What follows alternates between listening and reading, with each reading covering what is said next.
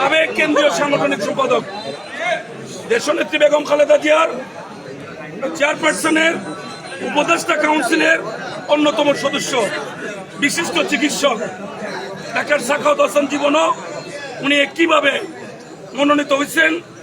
আমরা সমস্ত ভেদাভেদ ভুলে ধানের শীষের পক্ষে পানিয়াচং রাজবাড়ীগঞ্জ এই আসনটিও আমরা খালেদা জিয়া এবং তারেক রহমান সাহেবের উপহার দেব ইনশাআল্লাহ।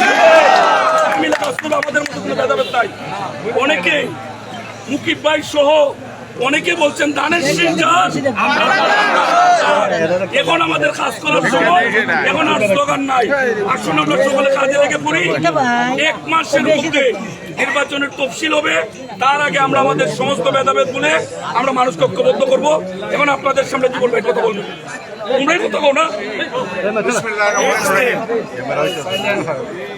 আমি সর্বপ্রথমে মহান আল্লাহ তাআলার কাছে আমার শুকরিয়া আদায় করছি। আমি ধন্যবাদ জানাচ্ছি, কৃতজ্ঞতা প্রকাশ করছি আমাদের নেত্রী দেশনেত্রী বেগম খালেদা জিয়া, আমাদের নেতা ভারপ্রাপ্ত চেয়ারম্যান জনাব তারেক রহমান এবং স্থায়ী কমিটির সদস্যদের প্রতি আমাকে বানিয়াচং দুইয়ে হবিগঞ্জ দুইয়ে বানিয়াচং রাজবাড়ীগঞ্জের আসনে নির্বাচন করার জন্য বিএনপির পক্ষ থেকে মনোনয়ন করা হয়েছে। আমার এই মনোনয়নের পিছনে আপনাদের দোয়া ছিল, বিশেষ করে আমার ছোট ভাই আমাদের সাংগঠনিক জি.কে. গৌসের অক্লান্ত প্রচেষ্টা ছিল। আমি সকলের প্রতি আমার কৃতজ্ঞতা প্রকাশ করছি। ভাই ও বন্ধুরা আমার, আমরা রাজনীতি করি।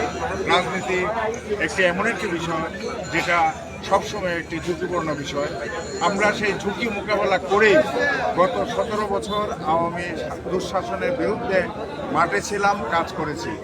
এখন আমাদের সকলকে ঐক্যবদ্ধভাবে ধানের শীষে বিজয়ী করে বেগম খালেদা জিয়া এবং তারেক রহমানকে আমাদের এই আসন দুটি বানিয়াচং, রাজবাড়ীগঞ্জ, হবিগঞ্জ, লাখাই, শাস্তাগঞ্জ এবং সোনারঘাট, মাধবপুর উপহার দিতে হবে।